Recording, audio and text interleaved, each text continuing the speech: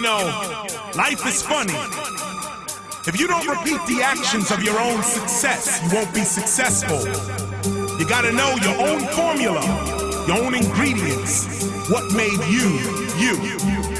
1987, I was at the Latin Quarters, listening to Africa Bambaataa give the order. The core of the order was to avoid the slaughter. He said, record companies ain't got nothing for you without a lawyer. He taught the infinity lessons and how hip-hop could be many a blessing, and that was great. So in 1988, there was no debate. We had to end the hate.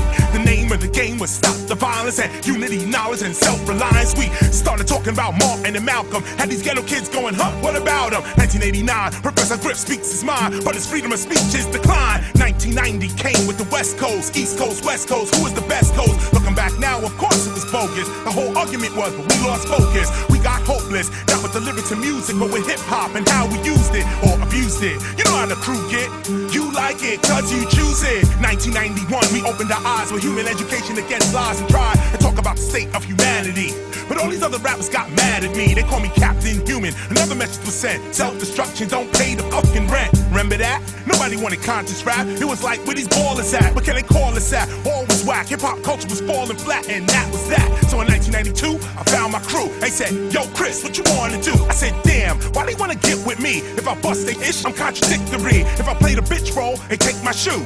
Tell me what the fuck am I supposed to do? So I did it. Don't stop, get it, get it, get it. All of a sudden, these critics, they wanna spit it. KRS-One is contradictory. Just cause I wouldn't let these rappers get with me. Up that, up you, and up your pen. If a rapper wanna diss, yo, I do it again. But I'm making these ends, and I got my friends. And I really don't wanna have to sit in the pen. So I go back to the philosopher. 1993, hip-hop is whack. Go back, check the facts. 1994, return to the boom bap. It wasn't all about the loot. It was all about Harry Allen Rhythm Cultural Institute blowing up.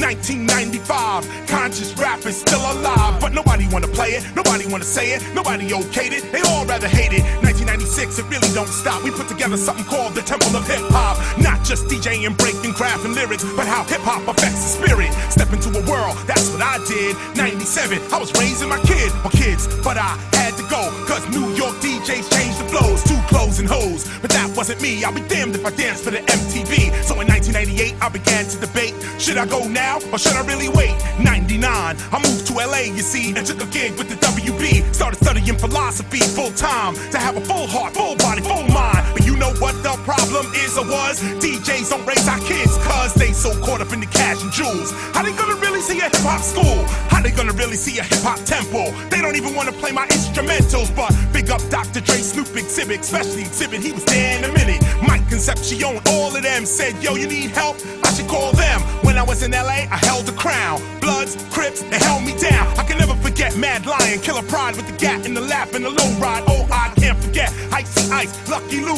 Julio G, that was the crew. Davey D, Ingrid, David Kahn, the list goes on and on. Let me tell you, Fred Wreck and my man Protest, much respect, no less. To my spiritual and mental defenders, big up to LA Temple members. But in 2000, I seen how I wanted to live. I wasn't no executive, so I picked up the mic and I quit my job. Said to Simone, I gotta get with God. She said, don't worry about these dollars and quarters. Record companies ain't got nothing for you. Damn, she took me back to BAM, took me back to who I am, brought me back to the New York land. Now I overstand. Now, KRS-One, now you've been quoted as saying that rap is something we do, hip-hop is something you live. Yes. Explain that to us, please.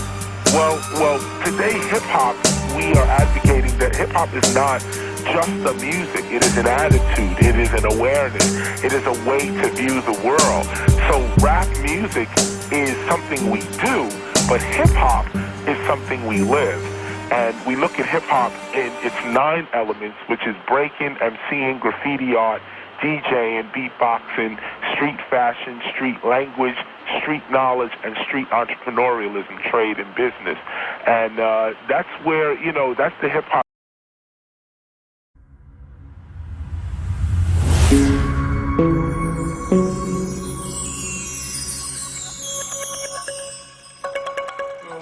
Comme je vous avais annoncé dans le premier épisode, hein, vous avez tous découvert justement l'histoire du hip-hop. Hey. Comme je vous ai bien signifié justement dans le premier épisode du hip-hop, de Hip Hop History avec le groupe de rap Mauvaise Haleine, Donc là, c'était le hip-hop history au Gabon. Je vous avais bien expliqué justement que le vent, l'énergie du hip-hop est quittée justement de là où elle est née, en fait, dans le Bronx, d'accord? Cette énergie d'origine africaine, comme on a bien expliqué, et qui est revenue, en fait, cette énergie revient à son origine, en fait. Eh bien, elle est passée par, justement, elle a suivi l'axe colonial. Elle est passée par la France, comme vous avez vu, justement, dans le premier épisode, et elle est venue justement dans entre guillemets, dans les colonies françaises. Et on a commencé par le Gabon. Eh bien, justement, cette énergie-là, justement, qui a été portée par certains acteurs, on va revenir là-dessus, eh bien, elle n'a pas atteint seulement que le Gabon. Eh bien, en fait, tous les pays d'Afrique francophones et anglophones, en fait, tous les pays d'Afrique ont été inondés par cette énergie positive. Et que cette énergie, elle a suivi l'axe colonial, en fait. Eh bien, c'est arrivé au Gabon. D'où le fait que j'ai présenté le hip-hop au Gabon avec le groupe Mauvaise Haleine la dernière fois. Eh bien, elle n'a pas atterri qu'au Gabon, en fait. Elle a atterri dans toutes les colonies françaises via l'axe colonial français et justement toutes les colonies anglaises via l'axe colonial anglophone ou directement des États-Unis vers les colonies anglophones, comme ils comprennent l'anglais. Eh bien, justement, si je reviens dans le canal colonial francophone, il n'y a pas que le Gabon, justement, que cette énergie hip-hop a atteint, en fait. Eh bien, tous les pays d'Afrique franco, d'ailleurs, la tournée qu'avait organisée Sydney, comme j'ai dit dans le précédent épisode, la tournée qu'il appelait Nation Rap, justement, il a parcouru plein de pays africains, Côte d'Ivoire, Cameroun, Gabon, enfin, plein de pays africains. Donc, eh bien, quand on suit l'axe colonial francophone, hein, parce qu'il n'y a pas que l'axe francophone, il y a eu lusophone, anglophone, donc toutes les colonies anglophones et lusophones ont été impactées aussi. Eh bien, si on reste quand même dans l'axe colonial francophone, eh bien, tous les pays d'Afrique francophone ont été impactés par cette énergie formidable hein, qu'est le hip-hop. Vraiment une énergie très puissante. Eh bien, on a vu la dernière fois avec le Gabon, voilà, le hip-hop au Gabon, tout ça, avec le groupe de rap Mauvaise Haleine, le plus grand groupe de rap du Gabon, selon mon avis. Okay? Eh bien là, ce n'est pas la seule colonie, entre guillemets, ex-colonie, bon, bref, française, qui a été impactée par cette énergie. Eh bien, en fait, tous les pays d'Afrique francophone ont été impactés. Et aujourd'hui, justement, on va parler du cas du Cameroun. Justement, le hip-hop history aujourd'hui, c'est spécial Cameroun. Et à cette occasion, j'ai l'honneur et le privilège, vraiment c'est un réel plaisir pour moi, d'accueillir, selon moi, l'un des plus grands rappeurs du Cameroun. Et là, je ne blague pas. Il ne sera peut-être pas d'accord. Peut-être je vais énerver d'autres rappeurs camerounais. Ah, les histoires, ouais, non, c'est moi, c'est moi, c'est moi. Eh bien, c'est mon avis. Voilà. Ça, c'est vraiment un monsieur. Bon, on va développer justement sa stature, sa carrière. Et je veux profiter justement de son expérience pour qu'on parle un peu de cette énergie au Cameroun. Donc, j'ai l'honneur vraiment de recevoir le MC de grande valeur, Monsieur Crotal. Bonjour, MC. Est-ce qu'il m'entend, Monsieur Crotal? MC, est-ce que tu m'entends? Oui, bonjour, bonjour. OK. Alors, oui, en tout cas, c'est un honneur vraiment pour je te suis. Oui, vas-y. Non, je disais, je te suis tout oui, je te suis. Ah, je suis avec toi. OK, merci. C'est vraiment, en tout cas, au nom de toute l'équipe de Medouti TV, on tient vraiment à te souhaiter une très bonne venue dans cette émission, hein, comme on dit à Medouneter, Iti Motep. Voilà, parce que, en tout cas, voilà, bienvenue en tout cas dans cette émission. OK, merci beaucoup. OK. Alors, donc, pour les internautes qui nous suivent, merci. De rien, mon frère. C'est vraiment un plaisir. Pour les internautes qui nous suivent donc, et qui qui viennent de la planète Mars, voilà, et qui ne sauraient pas qui est ce grand monsieur. Alors, est-ce que tu peux te présenter rapidement pour que vraiment les gens prennent connaissance de qui tu es et on va développer justement la thématique qui nous rassemble aujourd'hui. Ben, ok, je vais dire quoi? Moi, je suis Crotal, rappeur, artiste musicien, producteur, éditeur de musique depuis 1997. Sinon, je suis sur la scène hip-hop camerounaise depuis 1989. Comme on dit, en dehors d'un petit épisode de ma vie en Occident, je suis présent et actif sur la scène hip-hop camerounaise, africaine et celle du reste du monde depuis 1993. J'ai jamais arrêté, je suis là. Voilà, j'ai un label de production qui s'appelle Double Production. J'en ai un deuxième qui s'appelle Kingston Records, que j'ai avec certains partenaires. On en a un autre qui s'appelle Fatherlands. Wow. Fatherland. En dehors de ça, quoi, je suis le président actuel du syndicat national des acteurs des musiques urbaines du Cameroun. Justement. En même temps, voilà, en même temps, je suis administrateur de la Société camerounaise de droit voisin. Bref, très actif dans le milieu musical à ma façon. Très bien, très très bien. Justement, on va revenir là-dessus, justement, quand on va… Parce que je veux qu'on termine cet échange en parlant non seulement de ton actualité, mais aussi de tes projets. Et tu auras l'occasion, justement, de développer tous ces volets-là, voilà, que ce soit au niveau artistique ou au niveau de la production, etc. Tu auras l'occasion de développer ça. Mais j'ai vraiment envie déjà qu'on revienne. Justement, bon, bah, tu t'es présenté, etc.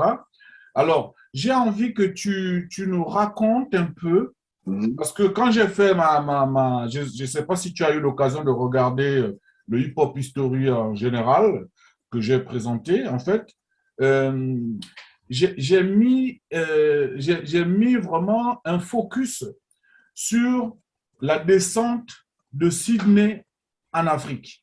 La descente de Sydney dans plusieurs pays africains.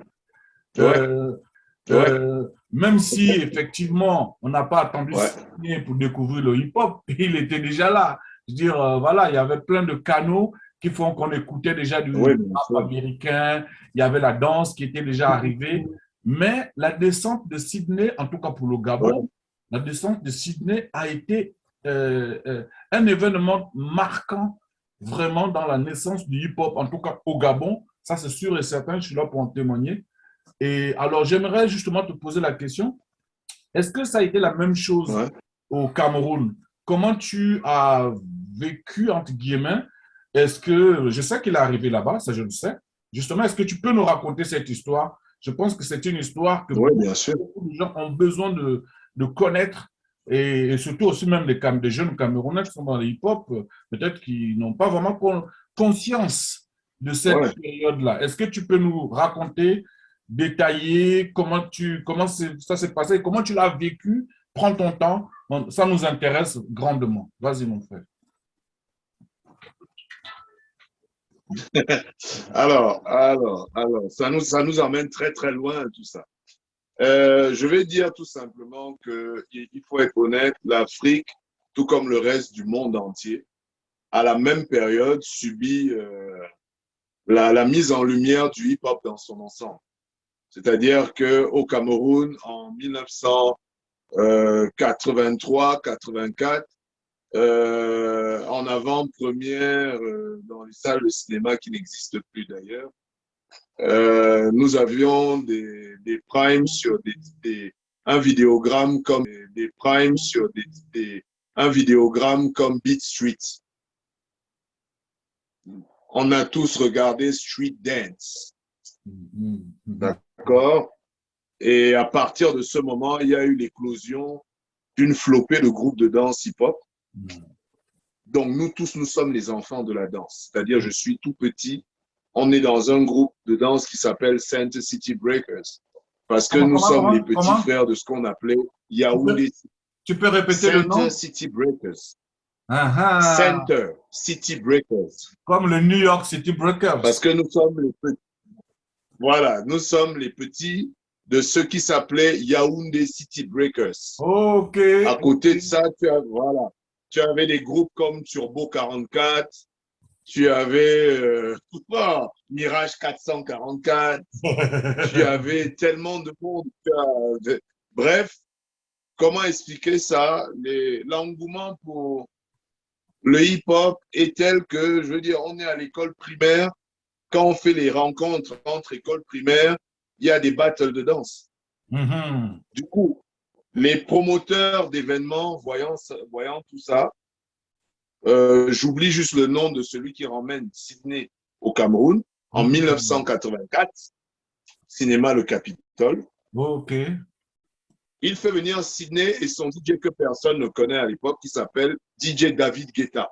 Parce que les gens ne le savent pas, c'était lui qui accompagnait Sydney. Tout à fait. Et voilà, et Sydney vient ici au Cameroun, à Yaoundé, en tout cas, lors de son passage à Yaoundé, il se trouve qu'il est face à des danseurs locaux et des rappeurs locaux.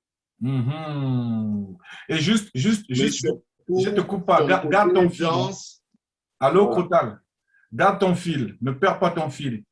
Mais comme c'est aussi un échange, c'est aussi un échange spontané, j'aimerais quand même que les internautes sachent que c'est vrai, ça fait bizarre quand on dit ouais, David Guetta. Mais il faut savoir que à l'époque, comme je pense que je le dis dans le, ouais, il me semble que je le dis dans le hip-hop historique quand j'arrive en France, quand j'arrive dans la partie France. À l'époque, à cette époque-là, donc David Guetta n'était pas connu, ok? Bon, certes, il mixait déjà dans techno, dans les milieux techno, mais il n'était pas encore connu. Eh bien, il avait fait à l'époque justement un morceau avec Sydney. OK? Ce morceau s'appelait Nation Rap. En fait, il avait… La Nation Rap. Oui, Nation Rap. Ça, c'est après, c'est 88-89. Ah, d'accord, OK. C'est 88-89. Ah, il me semblait… Ouais. D'accord, bon, bah… C'est la Nation Rap. Donc, continue alors, s'il te plaît, continue. Voilà. Et donc, nous tous, on est vraiment férus de danse hip-hop, d'ailleurs, jusque tard. Sauf que en 84-85, il y a Michael Jackson qui arrive, enfin, même s'il est là depuis, mais là, il y a Michael Jackson, la star interplanétaire, et beaucoup de danseurs, en fait, virent vers Michael Jackson. Du coup, ça commence à se diluer, et pour des gars comme nous qui trouvaient vraiment quelque chose d'expressif à la danse hip-hop, certains parmi nous se mettent à rapper. Vraiment, quoi. Rap à message, rap à thème.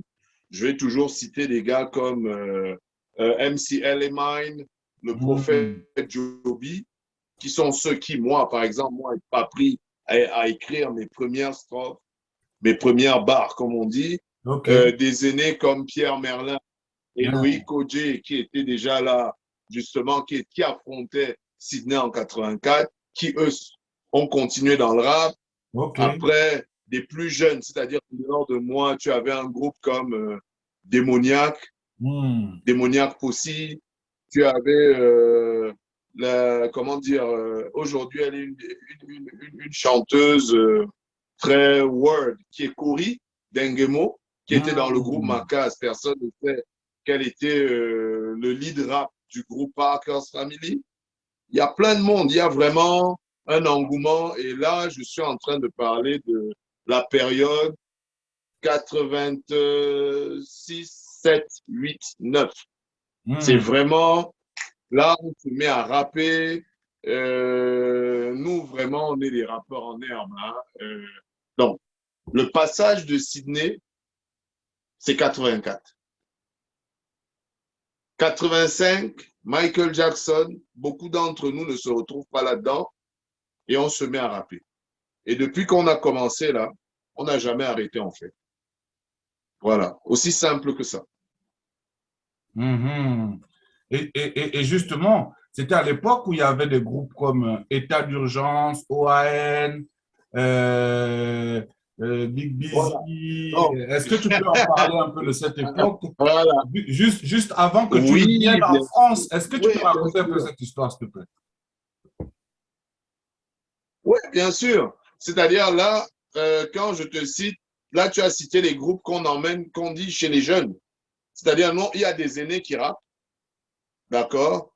Et les petits, en fait, qui sont avec eux, qui ramènent partout, tu as nous, Anonyme aussi, tu as Démoniaque aussi, tu as par la suite État d'urgence, dont justement un des membres vient de Libreville. Oui, oui, on l'appelait le mathématicien, Jigma. À Douala, tu as un groupe qui brise tout, qui s'appelle OAN, originaire d'Afrique noire. Tu as un groupe comme Aborigène. Tu as tu as vraiment une scène qui se met réellement sur pied, quoi. Ici, parmi les groupes des aînés, tu as les M6 Number One. Wow, tu as tellement de... Les noms, en fait, j'en ai, mais vraiment des masses. J'ai un titre qui s'appelle justement Hip Hop sur mon album La Bio de No Life, où je raconte un peu toute cette histoire. Et si tu veux, l'engouement est tellement fort qu'un monsieur comme Constieka, venant de Côte d'Ivoire en 89-90, fait un concert au Cameroun, au Capitole, comme on dit match de gueule, Cameroun-Côte d'Ivoire. Et en Côte d'Ivoire, tu as le groupe RAS qui, comme on dit, chicote déjà, tous à bord, Agna, tous à bord, Agna. Voilà, ouais, je vois que ça t'interpelle. Tu as Junior and the Crazy Bee. Bref, ils ramènent tous ces gars ici au Cameroun. Les gars, entre-temps, créent l'équipe nationale du rap. Je pense à des gars comme Jackson, je pense à Jaxo, je pense à à tous ces gars qui ont affronté les Ivoiriens au cinéma, le Capitole. Et je dis toujours aux gars, ce jour-là, on était là, nous tous. On était là, nous tous. Après, je conclue en général en disant, c'est pas notre faute si on était là, c'est juste qu'on était là. Voilà. Donc, je vais penser à des gars comme Rouli Premier. Il y a tellement de groupes. Oui, tout à fait. C'est vraiment énorme. À partir de 89. Vas-y, voilà. De 89, je crois qu'il y a une période où tu es venu en France. Parce que moi, je suis en France, en fait. Justement, est-ce que tu peux raconter Oui, bien sûr. Jusqu'à 93. 4 ans.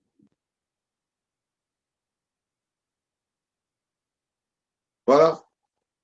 Et oui, tu m'entends? Oui, je t'entends. On a envie justement que tu racontes un peu, parce que la naissance de cette culture t'a trouvé au Cameroun. Et au Cameroun, tu quittes en fait le Cameroun, donc tu quittes un peu cette culture par naissance. Oui, parce que je dois aller continuer ça s'est passé. Ben écoute, je dois aller continuer mes études comme c'était le schéma habituel à l'époque. Et je me retrouve en France du côté de Lille, dans le nord Pas-de-Calais, chez mon frère aîné. Et j'ai la chance d'être avec quelqu'un de très souple qui lui-même est en fait branché culture hip-hop, mais plus ouvert, comme on dit. Du coup, je participe à ce qu'on a appelé en France des projets bus rock, c'est-à-dire c'était des bus aménagés en studio qui faisaient le tour des quartiers difficiles. Je pense au groupe qu'on a créé à Lille qui s'appelait ARM, l'arme en fait. Je pense à des partenaires à moi, mes protagonistes dans le groupe, un gars comme Axiom. Axiom, tu connais. Axiom, ouais, tu connais Axiom. À Hicham, c'est moi. Tu diras que ouais. Ah, c'est un grand monsieur de la culture. C'est un grand monsieur. En fait, Axiom. Donc, on fait à l'époque. Ah ouais, vraiment bien. Oui. Ouais, Axiom, la première partie de. Vas-y, continue. Parce que comme on il y a la première partie de Ice-T à l'aéronef de Lille. on fait IAM quand ils font la tournée des centres sociaux. Parce que je ne sais pas s'il y a beaucoup de groupes de rap en France qui ont fait ce truc. La tournée de tous les centres sociaux de France. Quand tu entends Shurek,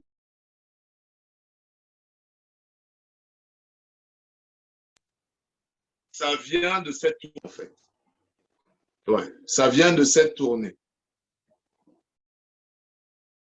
Oui, vas-y. Cette tournée. Vas-y, en fait, Ouais. ton micro se coupe de temps en temps, en fait. Je sais, j'ai vu, il y a quelqu'un qui a... Ouais, Donc, vas-y, donc tu parlais justement de la tournée. on a eu la chance de côtoyer la tournée du groupe IAM qui a fait les centres sociaux. On a fait la première à l'époque, on a fait pas mal de choses. En France aussi, tu as un réel démarrage. Parce que c'est ce qu'il faut dire aux gens. Il y a du hip-hop en France, il faut remercier beaucoup un monsieur comme celui qui a créé Radio Nova. Déjà sur l'histoire même de l'avènement des fameux danseurs américains et des rappeurs américains en France. C'est lui, très peu de personnes en parlent. Tout à fait. Oui. Et donc, je le rappelle très bien dans le... Sur les partages radio... Je le rappelle très bien dans le premier épisode de Hip Hop History, justement, le New York City Breakers, quand ils ont débarqué à Paris, mais vraiment, les gens ont pété les plombs parce qu'ils découvert quelque chose qui était fort. Paris, voilà. Voilà. Oui. Et c'est lui qui les avait ramenés. Tout à fait. Du coup, nous, Afrique francophone, si on peut dire ça comme ça, nous tous, on a connu les cassettes qu'on nous envoyait de Radio Nova, où on pouvait écouter les prémices du rap français. À l'époque, NTM et Assassin formaient encore un seul groupe, c'était le 93 NTM. Les gens ne le savent pas. Très peu de personnes parlent de rap engagé en France. Personne ne te dira qu'en 1991, le premier groupe réellement censuré dans l'histoire du rap français, c'est le groupe Assassin. Tout à fait, tout à fait. Ouais. Tout à fait. Tout à fait. Ouais. Tout à fait, tout à fait. Ouais. Tout à fait. Tout à fait. Ouais, il y a... Et ça comme on dit, on le vit en fait, parce que il y a... Je suis en France, nous tous on est accrochés à la télé. Quand M6 diffuse Rapline, je crois c'est tous les 1 mois et demi ou tous les 2 mois. Avec Olivier Cachin. C'est comme ça qu'on écoute. Olivier Cachin, voilà. Donc nous tous on est dans ce truc. Et je reviens après la loi Pasqua. La fameuse loi Pasqua. Et je reviens en début 93. Et je ne repars jamais. Exactement. Et tout simplement. Donc, quand je reviens au Cameroun, je réintègre mon ancien groupe et c'est lancé. Et est-ce que tu as connu justement la compilation Rap Attitude?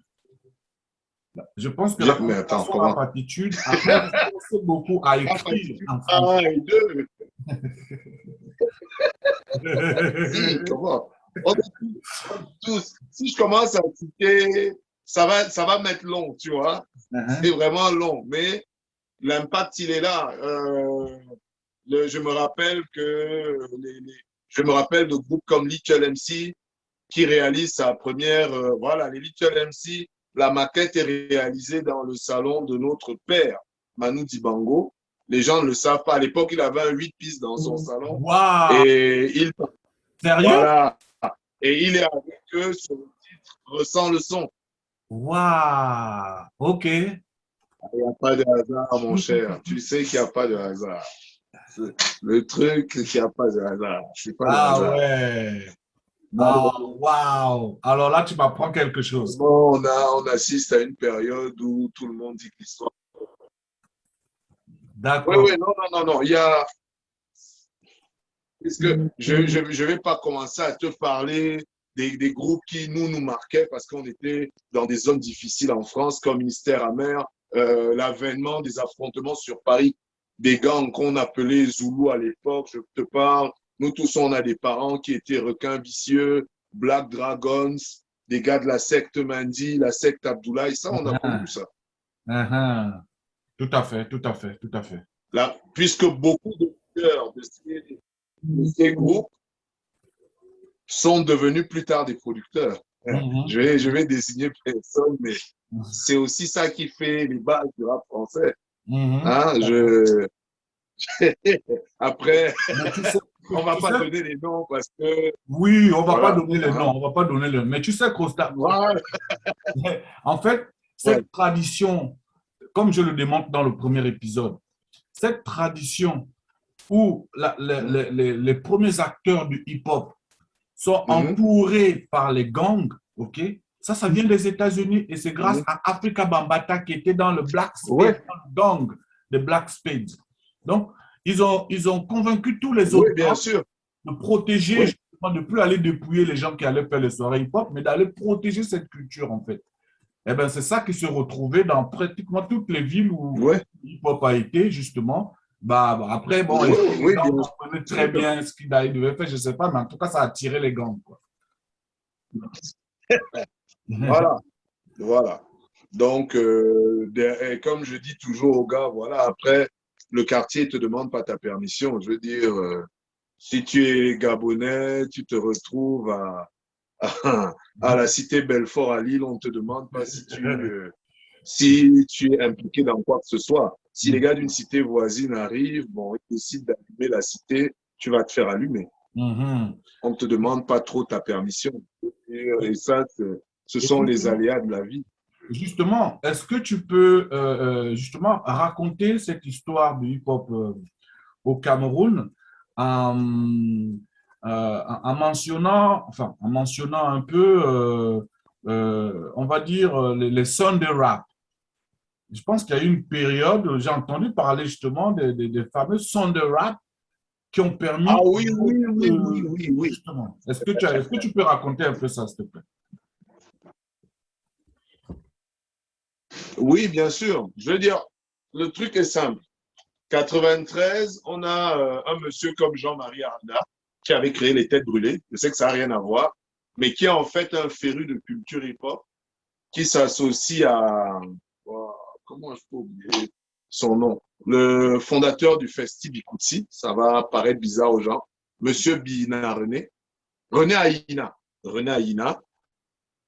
Il faut savoir que depuis 89, quand on faisait les Zoulous parties au collège Charles Tangana, celui qui nous donnait la sono s'appelait Monsieur René Aïna. Et il faut savoir qu'entre 93 et 95, celui qui organisait le festival hip-hop de Yaoundé s'appelait Monsieur René Aïna, accompagné de Monsieur Jean-Marie Aranda, fondateur du groupe Les Têtes Brûlées Bikoutsi. Il faut savoir ça.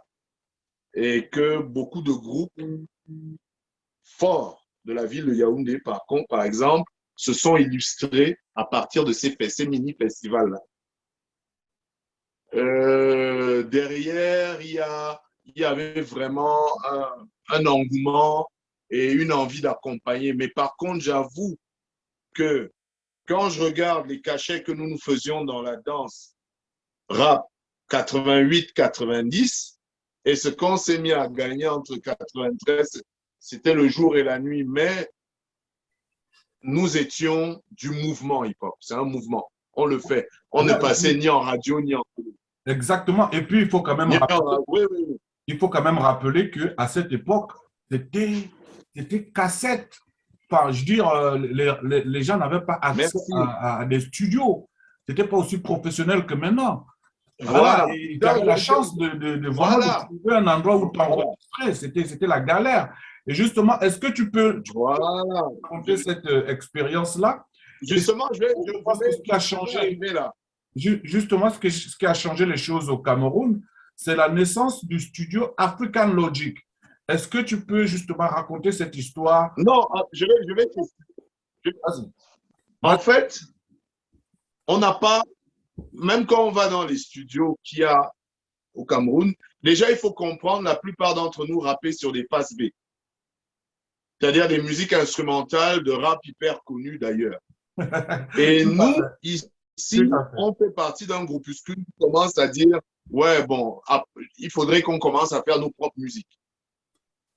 C'est comme ça qu'on se rapproche dans des studios locaux et on passe entre les mains de tous les vieux propriétaires de studios de la ville de Yaoundé. Ils nous connaissent, nous tous. On ne peut pas se lever aujourd'hui et mal parler d'un monsieur comme Christian Guini. Je ne peux pas parler devant un monsieur comme Joe Natava, un monsieur comme le Feu Fanfan, Touche la Touche. Tous ces gars, quand on voulait aller en studio, même si nous clashions parce qu'il y avait un problème de culture. Ouais, vous, vos histoires, là, on n'est pas aux États-Unis ici, sauf qu'ils nous ont quand même ouvert leurs portes. On s'est battu tant bien que mal, on faisait des sons approximatifs parce que ça devait ressembler à ce que nous avions dans nos têtes. Moi, j'ai la chance de jouer d'un ou deux ou trois instruments de musique. J'ai la chance d'avoir participé au projet Bus Rock en France. Donc, l'utilisation à l'époque sur Atari de Cubase 1.0. Exactement.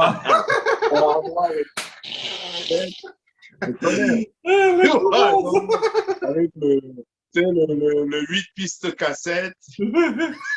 On a fait tout ça. Et maintenant, à côté de ça, il y a d'autres jeunes qui sont impresarios de ces concerts. Je vais parler de Nadine Patricia Mengue, qui venait présenter des concerts de rap en tenue de classe. OK. Je vais parler de cette Nadine Patricia qui, quand elle a pu accéder au stage à la CRTV, a ramené des gars comme Alain Dexter. Mon frère Serge Tamba, tous ces gars, ils bagarraient à leur niveau dans les médias. Et à chaque fois qu'on donnait une antenne aux gars, ils te passaient du rap. Après, ils ont commencé à inviter en radio ceux qui étaient des rappeurs camerounais, entre guillemets. On ne va pas ignorer Benjo Steel, qui fait le premier clip de rap diffusé à la CRTV, où il rappe, ça nous change un peu de Bantou Clan, parce qu'il faut comprendre, dans l'imagerie populaire, les gens se moquent des rappeurs. Parce qu'ils ont l'impression que c'est des petits qui ne savent pas ce qu'ils font et qu'ils singent quelque chose d'ailleurs et que de toutes les façons, c'est un phénomène de mode, ça passera. Donc, il y a beaucoup de mépris autour de tout ça. Et ils ne se rendent pas compte que c'est ce qui a donné la force, en fait, au rap camerounais. C'est-à-dire, c'est un démon qu'ils ont nourri avec leur mépris et leur haine. C'est-à-dire, il a appris à se développer. Donc, c'est devenu pour nous comme un combat. C'est-à-dire, c'était de dire, OK, on ira dans les studios, on va enregistrer nos sons, on va faire sortir nos sons. Un jour, nos sons seront diffusés en radio, ils passeront à la télé. Et en fait, c'est devenu... Et il y a des jeunes, donc, je vais parler de ceux qui assistaient Monsieur Bertin Ketchemen, qui était le créateur de ce qui s'appelait Jazz sous les manguiers. Monsieur Bertin Ketchemen, d'ailleurs, qui depuis 93 créait toujours une scène rap sur la scène de jazz sous les manguiers. Justement, tu mentionnes cette époque-là. J'aimerais que tu reviennes aussi. Quand tu rentres, je crois que tu avais un crew, Anonyme Crew, je crois, il me semble, parce que je me rappelle encore quand je m'intéressais Anonyme Crew, Et parle-nous justement de tous ces crews-là. Anonyme Crew, Oumar CVM, Angsang, je ne sais plus comment il s'appelait, Angsang, je sais plus. Oui, c'est ça, Angsang Grave. Exactement. Raconte un peu la naissance de tous ces crews-là. Peut-être que les jeunes d'aujourd'hui ont oublié ou je ne sais pas. Nous, déjà quand on revient, il y a un frère et ami qui aujourd'hui officie sous le nom de Lalco, qui est un vieux de la vieille du rap français, qui ici a créé un groupe qui s'appelle, comment il s'appelle encore? Oumar CVM, sauf que malheureusement, il doit partir pour d'autres raisons en France. Exactement. Oumar CVM, exact. De lui, Loïc. Justement. De FT. Justement. Est-ce que en parlant de... Attends, je te donne la constitution. Vas-y.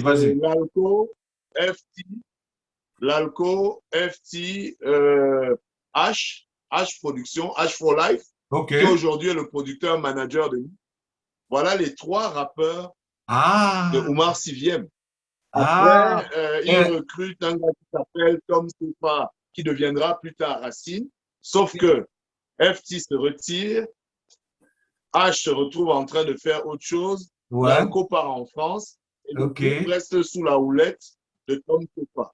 Tom Sefa, qui après va se mettre avec DJ Billick, Joel Dick et plein d'autres gars. Mais tous ces gars sont là. Et c'est Nous, quoi on le est lien? Anonyme Crew. C'était quoi le lien entre Oumar CVM et Negrissim? Parce que est-ce que Negrissim faisait partie de Oumar CVM en fait? Ah non, non, non. Attends. Justement, ils développent leur truc, un monde aussi rebelle. Et à un moment, il y a Sadrak de Negrissim qui fait partie d'Oumar Siviem. Les gens l'ont oublié. Je ne sais pas comment ça se fait. Nous tous, nous sommes à Africa Logic. On s'apprête à faire la première D'accord. partie de C'est Sadrak, c'est Sadrak qui faisait la première partie de c'est ça? Black Soul. C'est Sadrak qui faisait partie Il de Oumar faisait CVM. partie d'Oumar Siviem. Ah.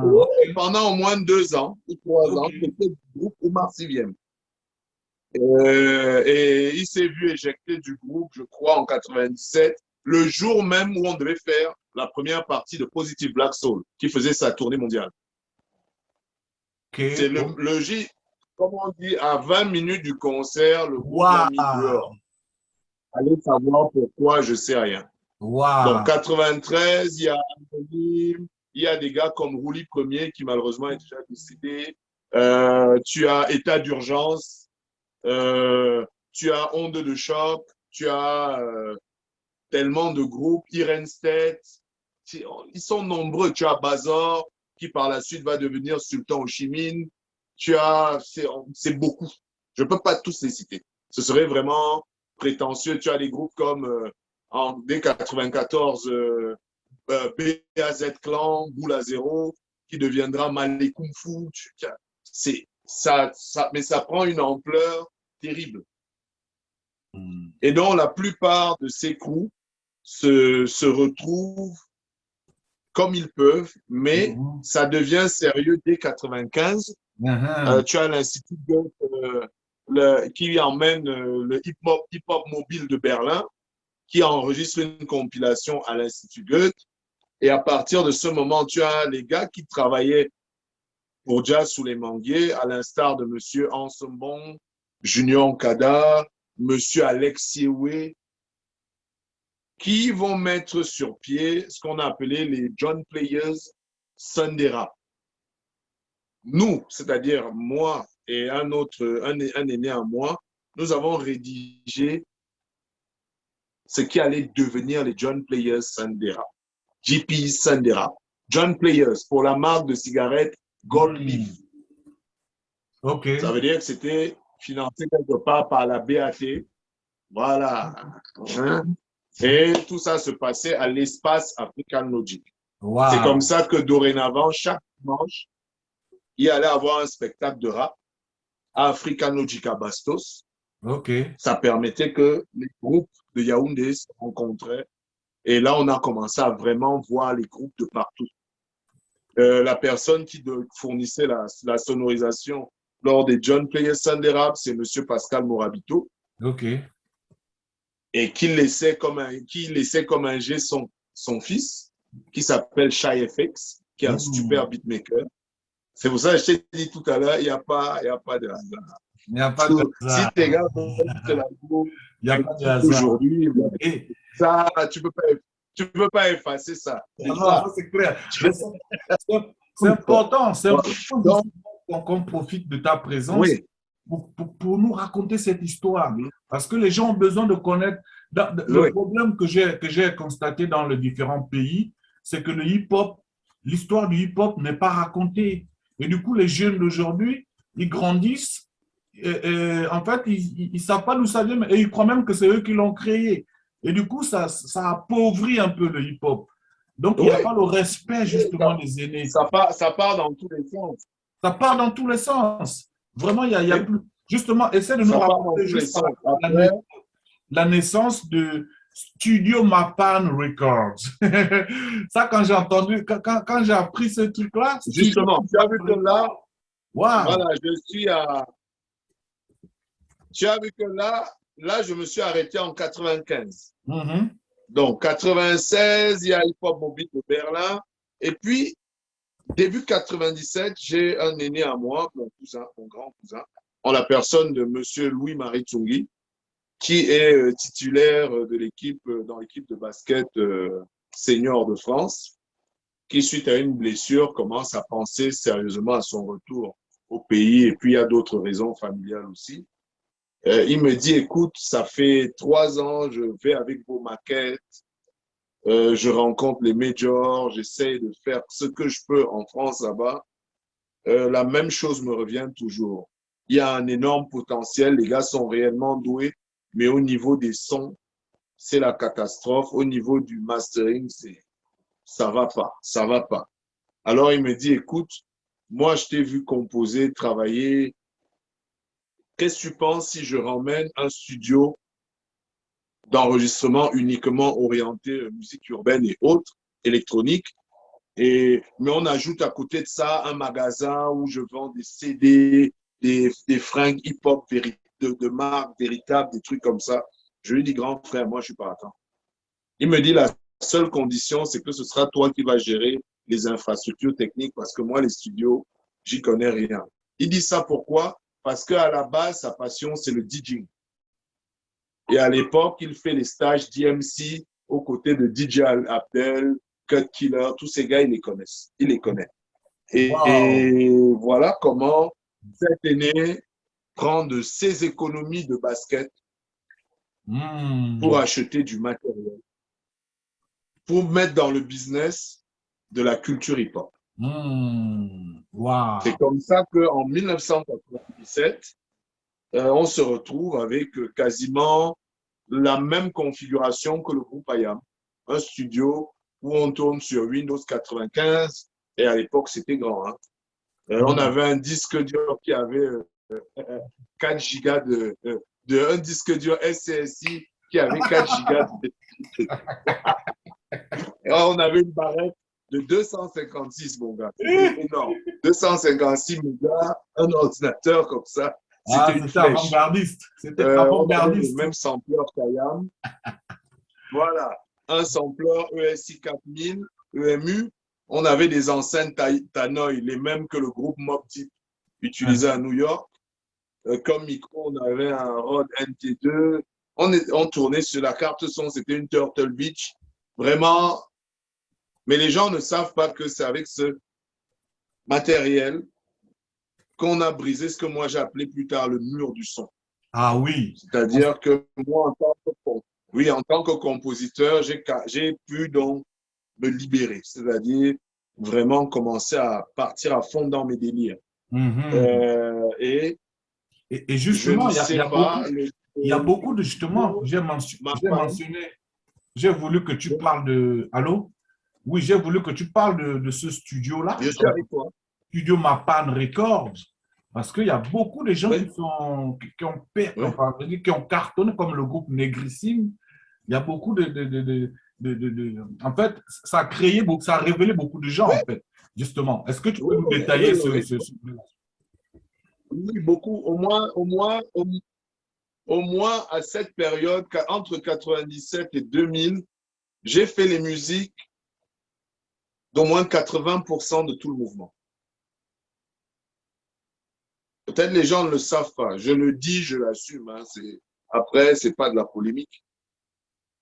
Mais à cette époque, j'avoue que 80% des prods, j'avais l'énergie et la tête pour le faire.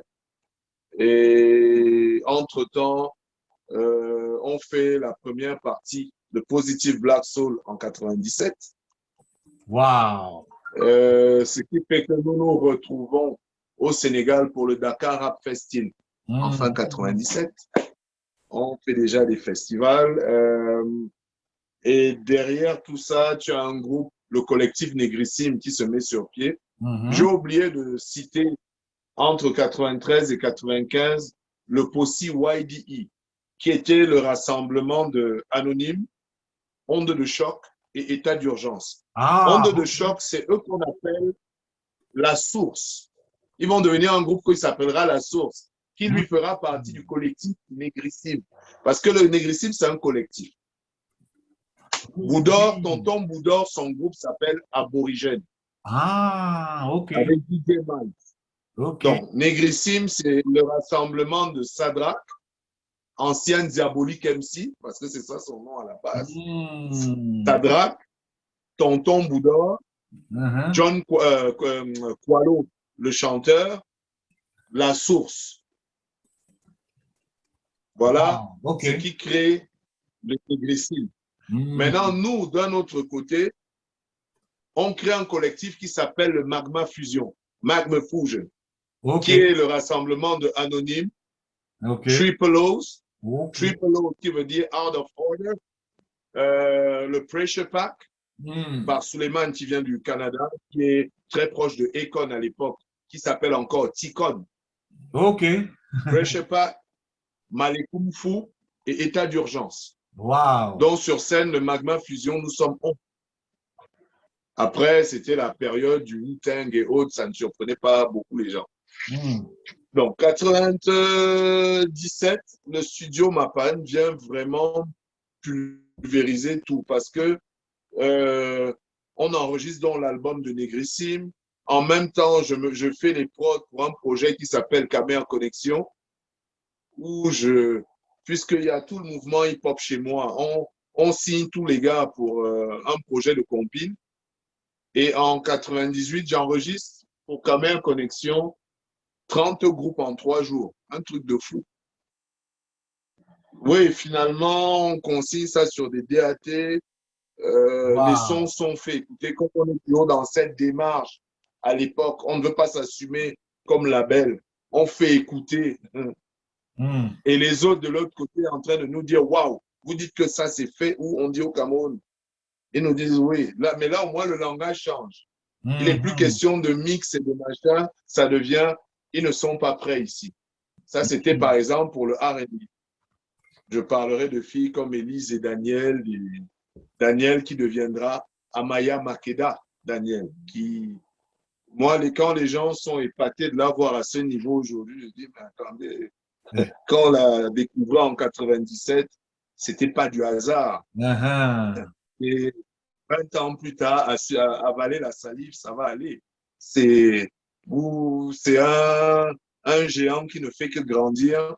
Et plus vous la mettez de côté, plus elle va seulement aller en grandissant, parce que c'est une vraie artiste. Et on a fait ça, mais voilà, on a donc eu l'occasion de... Après, je passe un peu du coq à l'âne. Il y a le groupe Omar CVM qui se désolidarise un peu. Et les 2 autres membres du coup, à savoir Tom Sefa et Joël Tic, viennent vers Mapan pour gérer des projets solo.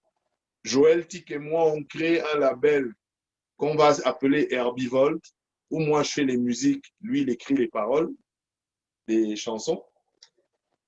Tom Sefa devient Racine. Le jour justement où nous créons ce qu'on appelle Samedi Rap. Les samedi rap. Parce qu'en dehors des John Pearson des rap qui ont lieu à African Logic chaque dimanche, le promoteur de ça, un de ces gars, M. Hans Bon, lui va créer les samedi rap. C'est-à-dire tous les premiers samedis du mois, au centre culturel français à l'époque, il y a un gros concert de rap, machin. Et le jour où il y a la réunion qui se tient, parce que ça m'a marqué, qui se tient pour dire que bon, voilà, nous allons mettre sur pied ce qui va s'appeler les samedi rap. Je laisse Tom Sefa au studio et quand je reviens dans la soirée, il s'appelle déjà Racine. Et il me dit, OK, j'ai compris ce que tu dis, je suis prêt, voilà ce que j'ai fait pendant que tu n'étais pas là. Et je commence à faire la musique de son titre éponyme, R-A-S-Y-N. R-A-S-Y-N, mon nom est Racine, mes racines sont l'Afrique, chocolat et ébène. On commence ça là. Et en dehors du groupe Négrissime qui fait de gros clins d'œil à la culture camerounaise. Dans Parce leur, que Négrissime, l'album je crois que leur premier album, leur album c'est s'appelait Appelle ta grand-mère, je crois, non? C'est pas ça? Appelle ta grand-mère, si j'ai bon souvenir. C'est pas ça, c'est pas Oui, ça. oui, oui, oui, Oui, c'est ça. oui, oui, oui. Hmm. Oui, en fait, je fais quasiment 80%, 90% des musiques de l'album. Appelle Waouh! ta grand-mère. Les autres Alors sont faites là, chapeau. par le feu J'ai adoré cet album. Wise O'Clock. Franchement, chapeau. Waouh! Voilà. Voilà, le feu Wise O'Clock. Je crois qu'il y a un titre fait par Wise O'Clock et un titre fait par DJ Mice. Hmm. Voilà. Si je ne me trompe pas. Et là, on peut parler vraiment de rap camerounais quand cet album sort. Et la scène d'African Logic, on a un gros clash parce qu'il y a une entité qui est créée qui s'appelle les Rencontres musicales de Yaoundé. OK. Un gros festival qui était jumelé au festival des musiques métissées d'Angoulême. Et je me rappelle qu'il y a un très gros clash parce que le promoteur des rencontres musicales de Yaoundé, en abrégé les Rémi, dit OK, vous faites vos bruits tous les jours là. Voilà, on va vous donner l'occasion de faire une grosse scène de rap. Il y a tous les médias du monde qui seront là. Vous allez leur donner l'occasion de découvrir le rap camerounais. Mais par contre, on ne veut pas de gars qui vont venir avec des faces B. Donc, aller en studio, enregistrer des sons propres. Blabla, blabla, blabla, blabla. Les cachets seront décents. Blabla, blabla. Ce qui a été fait par une masse d'artistes qui parfois étaient élèves. Certains se sont endettés pour mettre leur son à niveau. Et puis, bizarrement, plus l'événement approchait, plus il y avait de réunions autour de la journée rap. Plus il y avait d'événements autour de la journée rap. Et chaque jour qu'on y allait, le budget alloué à chaque groupe descendait un peu plus. Finalement, on s'est retrouvé face à un truc, comme on dit, des miettes, mais respectable.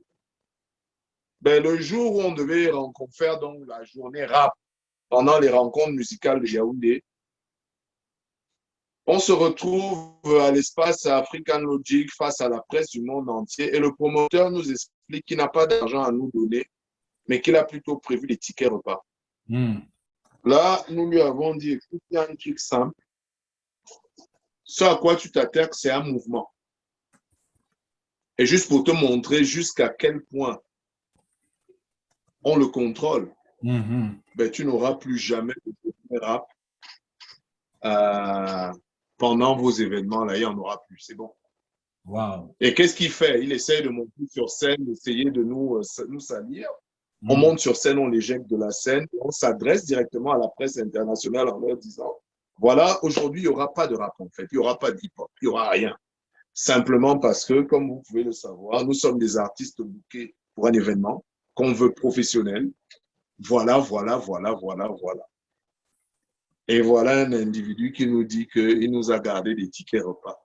Wow. Nous n'avons peut-être rien, mais nous ne sommes ni des mendiants, ni des affamés. Et rien qu'au nom de ça, il n'y aura pas de concert rap ici. On respecte ce que vous êtes, c'est-à-dire, mais on a commencé à citer la grandeur des médias présents et on leur a dit que malheureusement, vous vous êtes déplacés pour rien parce qu'il n'y aura rien. Ça va. On vous laisse aller l'espace.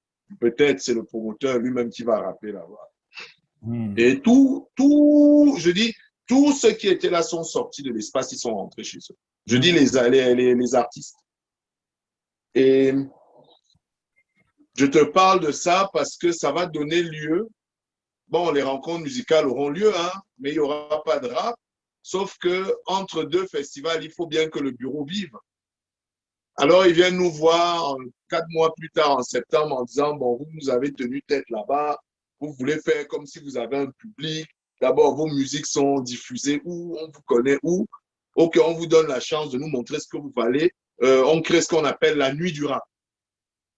Et à partir de ce moment, tous les 2 mois, il y a un événement African Logic qui va s'appeler la nuit du rap. En même temps qu'il y a les John Players chaque dimanche. Ok. Et la nuit du rap, c'était un gros concert avec du gros son. Sauf Ok. qu'on leur mettait à chaque fois 5000 personnes à Africa Music. 5000 personnes avec des gens qui n'étaient diffusés ni en radio ni en télé. C'est pour ça que je t'ai parlé en amont du monstre qu'ils ont créé, c'est-à-dire que c'est le monstre donc qui est né du mépris, oui, en mettant le mouvement hip-hop, en le marginalisant, en essayant de le réduire à du rien du tout. Ils ont créé un truc en fait. Voilà, quand on faisait concert, on avait 5000 personnes qui venaient, alors que nos sons n'étaient diffusés ni en radio ni en télé. Et les entrées étaient payantes. Wow. C'est comme ça, donc, voilà, voilà. Wow. On dit, voilà, quand tu crées donc les samedis rap, tu vois que ça s'agrandit. Tout à fait. On a les Ghibli Sunday chaque dimanche. On a les samedis rap chaque premier samedi du mois. Et on a la nuit du rap tous les 2 mois. Les grands groupes. Tu vois que les artistes découverts peuvent passer le dimanche. C'est chaque dimanche. Si tu as la force de rapper chaque dimanche, tu peux y aller chaque dimanche. Tu vas rapper chaque dimanche.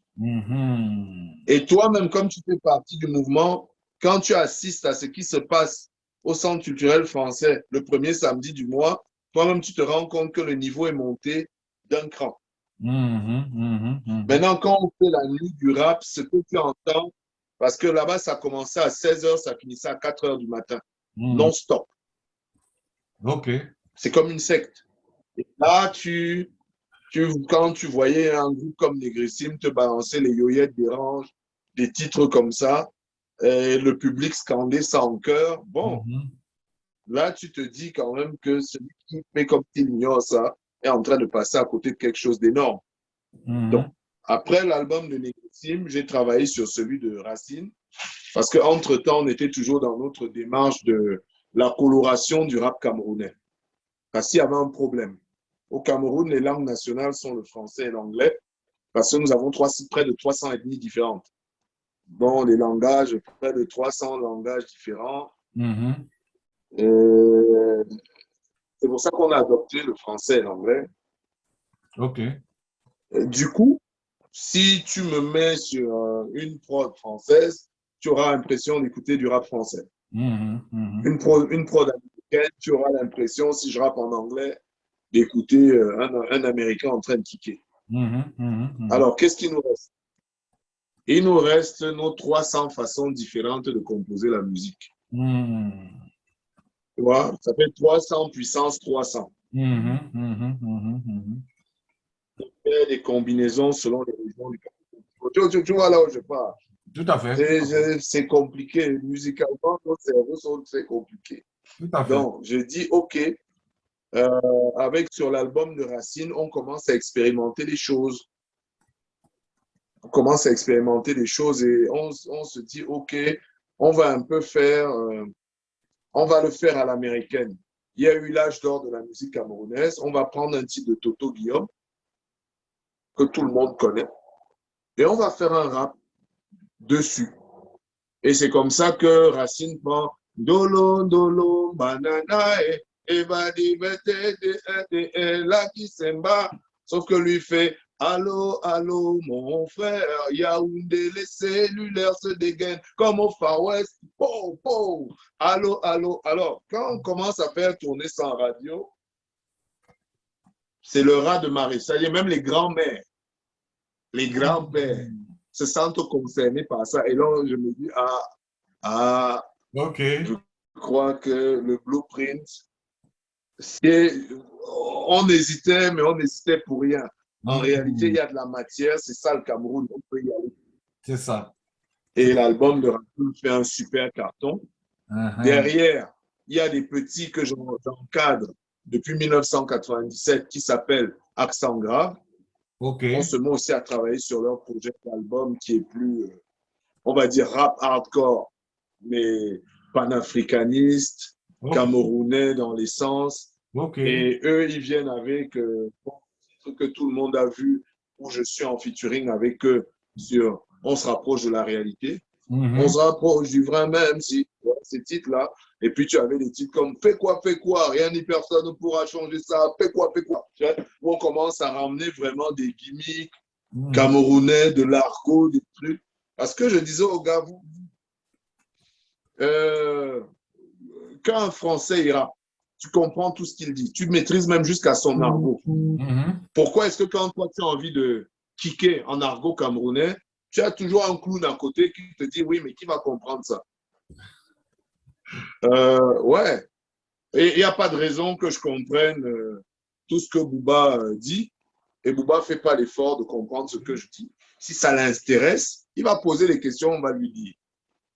Combien de personnes disent, ouais, je kiffe, comment tu appelles le gars qu'on a tué dernier? Pop Smoke. Combien de personnes peuvent me traduire ce que Pop Smoke dit? À part Dior. Ok, ça on a compris. Le reste là. Quand 50 Cent dit It's your birthday, we're gonna rock it like it's your birthday. Qui peut me dire ce qu'il dit là? Ils sont là plein, ils dansent seulement, ils écoutent les bruits. Ils sont pleins. Donc, il n'y a pas de raison. Pour moi, c'est pas des débats. Maintenant, il peut y avoir des débats sur le choix de la langue.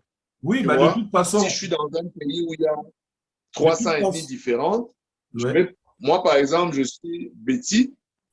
Je ne vais pas te dire, vas-y, fais tout ton album en Béti parce que le Cameroun, tu vas réduire ton marché. Là, on est dans si on peut appeler l'industrie de la musique, ça n'a rien à voir. Tu auras une porte écoute chez toi ou dans ceux qui sont de ton mère.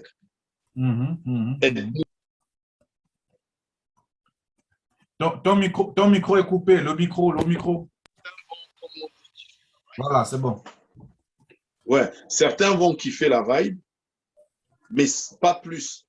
Il faut trouver une astuce pour fédérer le maximum. Tout à fait. Du coup, ça, je garantis, au Cameroun, on part toujours avec un handicap à cause de ça. Tu vois, mais bon, on gère. Tu vois, tu chantes super bien en bassa, tu vas faire tout un album en bassa, sache que ça concerne directement ton aire ethnique et géographique. Or, le Cameroun, c'est 300 ethnies différentes. Tu gères ça comment? Au-delà de qui, oui, c'est un problème qui demeure. Donc, on a travaillé dessus. Du coup, moi, j'arrive avec mon album Vin Rouge Jaune en 2003, où tu vois que je fais un gros clin d'œil à Moni Billet. Ok.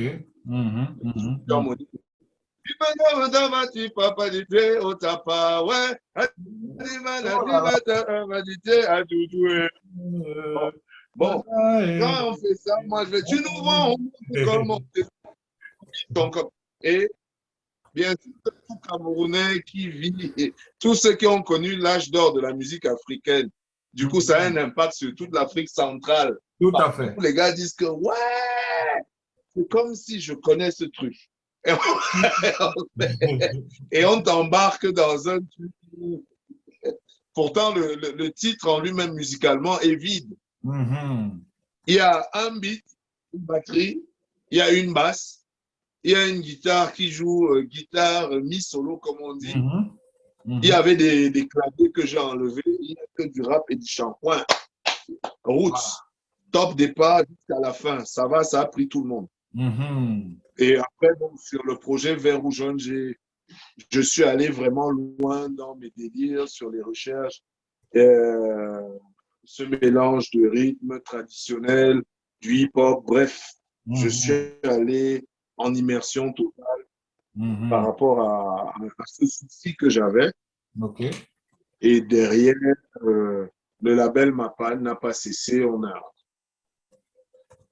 On a refait Accent Grave, deuxième album. Entre-temps, on a fait Funkis, super musicien dont on a sorti l'album. Puis, moi, je suis parti du label en 2007 pour créer un label, où d'ailleurs, tu vois les images, qui s'appelle Ndabot Production. Et depuis 2007, voilà, je suis assis à Ndabot dans la même direction, le même engagement, qui était de dire, OK, on avait un rêve, on avait un challenge, qui était de dire que nos aînés qui sont assis au Panthéon, là-bas chez les autres.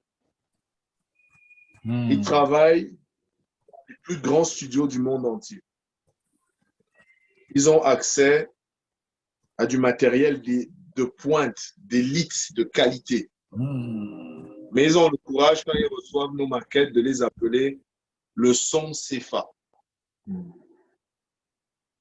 On s'est donc dit, dans nos rêves de gamin, de jeunes ingé son, qu'on allait monter les mêmes studios que ceux dans lesquels ils enregistrent là-bas, les ramener au Cameroun, travailler dans ces studios et faire bénéficier de ces studios à tout le monde.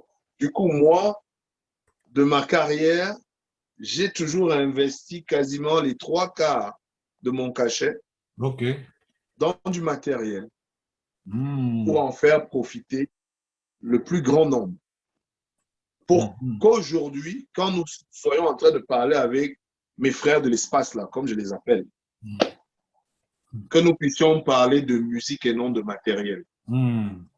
C'est parce qu'il n'y a rien de plus humiliant. Tu sais, tu as enregistré un gros projet avec quelqu'un de talentueux, tu arrives devant un mec, tu lui dis, voilà, écoute, il y a ce petit-là que j'ai découvert, on a travaillé en studio, je t'ai emmené le son, tu peux le mettre. Il prend le CD ou la clé, qu'est-ce qu'il fait? Il la pose de côté. Il te demande, vous avez travaillé sur quoi? Je lui dis, sur quoi, comment? Il me dit, quel système? Vous tournez sur quoi? Pro Tools, tu es d'abord obligé de lui dire que oui, on l'a fait. Déjà, si tu dis non, on a fait sur Cubase, je dis oui, mais il faudrait penser à des solutions plus professionnelles. Hein. Sinon, vous avez quoi comme micro, tu vois? Et là, tu vois, on n'est pas en train de parler de l'œuvre que tu as emmenée. Hein. Le gars, il ne te connaît pas, il ne sait pas ce que tu es capable de faire. Mais rien que sur la base du matériel que tu énumères, il estime que son oreille n'est pas suffisamment prête à écouter ce que tu emmenes. Oh, bon, moi j'ai aimé, on a ramené du matériel. J'aime bien quand le gars me demande, tu travailles sur quoi? Je lui dis, voilà, on est sur Pro Tools. Ah ouais, t'as quoi comme micro? Je dis Neumann. Il dit, ah ouais, quand même. Oui, j'aime bien cette connotation du quand même parce que c'est l'équivalent d'un hypercute au foie. Je sens qu'il est atteint. Ouais, t'as quoi comme préampli? Je cite Manley, des trucs. Je sais qu'il comprend très bien ce que je dis. Et en général, il abrège la conversation. Il me dit, ah ok, alors on va écouter tout ça, quoi. Et voilà, c'est pour ça que je ne suis pas venu pour vendre du matériel. C'est ça. Et maintenant, ce qui a été bien, c'est que même dans l'image, la vidéo, la photo, le même problème s'est posé. Et les acteurs de ce secteur ont réglé le problème. Aujourd'hui, regarde, on en est où? Les vidéogrammes n'ont rien à envier à personne. Tout à fait. On est là. Ah ouais. Voilà, on fait ce qu'on a fait. Sauf que les gens ne se rendent pas compte que ça part d'un idéal, ça part d'un mouvement, d'un idéal et de tout un combat. C'est ça. J'aime bien pour un jeune aujourd'hui, pour lui, c'est évident. C'est normal. N'importe quelle caméra que tu ramasses aujourd'hui, appareil photo qui fait caméra, shoot en 4K. Mais les gens ne savent pas d'où on sort. C'est ça. Il y a ça aujourd'hui. Est-ce que tu sais ce qu'il y avait avant? C'est ça. Est-ce que tu sais qu'en 1998, on était interdit de radio et de télé? Justement. Est-ce que tu sais? Oui, aujourd'hui, ton challenge, c'est d'être nominé au MTV Awards. Je trouve ça c'est formidable. Est-ce que tu sais? Est-ce que tu sais d'où tu viens? Tu sais même ce qui se passe. Le pire, c'est qu'ils ont l'impression souvent que c'est un combat qui s'est arrêté. C'est ça. Or, c'est permanent. C'est perpétuel. La Starmania, dans les métiers que nous faisons, représente quoi? C'est ça. 5% du métier. Mais c'est pour ça. 95 autres pourcents, là. C'est pour ça que c'est important que des témoignages comme le tien, Crotal, les jeunes puissent entendre, au-delà d'écouter tes super morceaux et tout ça, les grands featuring, d'ailleurs on va revenir là-dessus après, mais c'est important justement parce que tu es l'un des rares rappeurs du Cameroun avoir traversé toute cette période-là, avoir fréquenté pratiquement les plus grands acteurs et surtout avoir featuringé, si je peux inventer un mot, fait des featuring à l'international, mais de folie, quoi. Ça, je veux que le jeune rappeur camerounais réalise ça, en fait, qu'ils arrêtent de te regarder comme si c'était un banal très bon rappeur. Ah oui, mais c'est pas n'importe qui. Il transporte une histoire. Et cette histoire, vous devez la connaître. Les meilleurs MC. Justement, j'ai envie que tu donnes justement ton sentiment par rapport à la nouvelle scène, aux nouveaux rappeurs, pas simplement camerounais, parce que moi, je te donne mon avis. Hein. Je trouve que le rap, c'est un peu perdu. Oui, bien sûr. Voilà, le rap, c'est un peu perdu. Je suis peut-être un peu dur, mais moi, j'assume cette posture. Voilà. Comme les jeunes ne savent plus, qui étaient les anciens, quelle richesse avaient les anciens. Les gens comme toi, ils se contentent juste de te fréquenter, de dire, ouais, je veux un featuring. Ah oui, mais tu sais, c'est qui le gars? Est-ce que tu as écouté ces albums, ces machins? Nanana? Non, c'est juste un grand nom, je veux son featuring. Ah ouais, c'est tout. Salut. Et donc, du coup, au niveau de la créativité, je trouve que ça se perd mais énormément. Quand j'écoute certains morceaux, je me dis, mais qu'est-ce qu'il raconte, quoi? Mais qu'est-ce qu'il raconte, le gars, quoi? Quel est ton avis sur la nouvelle scène? Ça, c'est la première question que j'ai à te poser. Et la deuxième question, c'est comment tu vois le futur? Quels sont les espoirs, en fait, entre guillemets, que tu vois dans le futur du rap camerounais, que ce soit de la nouvelle ou des anciens qui sont restés sur le devant de la scène? Et puis, bon, on parlera justement de tes projets Écoute. dans un troisième temps. Vas-y. Ben, écoute, moi, ce que je veux te dire, c'est... Je vais déjà répéter ce que je dis à chaque fois. C'est que justement, les jeunes ne comprennent pas que leur victoire est la nôtre. C'est-à-dire que si en 98, je disais aux gars, vous savez quoi, vous gagnerez à rapper en pidgin et en argot de chez vous. Parce que le Cameroun ne sera jamais les States. Les States, oui, on a une influence, même française, mais je veux dire, le gars qui joue au Caïd à Sarcelles ou à, je sais pas moi, à Aulnessou, il ne peut pas faire 10 pas ici au quartier à Oussa. Il ne peut pas. C'est une autre matrice, c'est un niveau, sans que ce soit pris péjorativement. Je connais des quartiers ici où il vient avec tout son film là, mais on le dépouille comme un rat. Et il ne va même pas tousser. Ça, c'est ma réalité. Donc, c'est celle-là que je mets en avant. C'est pour ça que quand tu vas me parler de ta réalité à toi, je vais dire, regarde, boy, pour peu que je connaisse un peu des deux, laisse ça. Faisons la musique. Tu vois ce que je veux dire? Tout à fait. La première des choses, c'est pas un jeu, tu as fait un clin d'œil sur, à l'époque, l'entourage qui flirtait toujours avec les gangs et autres. En réalité, d'une façon ou d'une autre, ça ne s'est jamais arrêté. Sauf qu'aujourd'hui, on a mené pas mal de combats. Oui, effectivement, moi, le petit rappeur de Yaoundé, je suis parti d'un rêve qu'il y avait dans ma tête jusqu'à faire un hymne de la Coupe du Monde aux côtés de Kelly Rowland, Two-Face Idibia, Sami Nikia, Grammy, tous ces gars, avec Didier Awadi, mon grand frère et tout ça. Tout à fait. Mais est-ce que les gars savent d'où part cette énergie? Entre-temps, qu'est-ce qu'on n'a pas fait? On a fait Sean Paul, Booba, qu'est-ce qu'on n'a pas fait? Qu'est-ce qu'on n'a pas fait? On n'a pas joué où? Bon.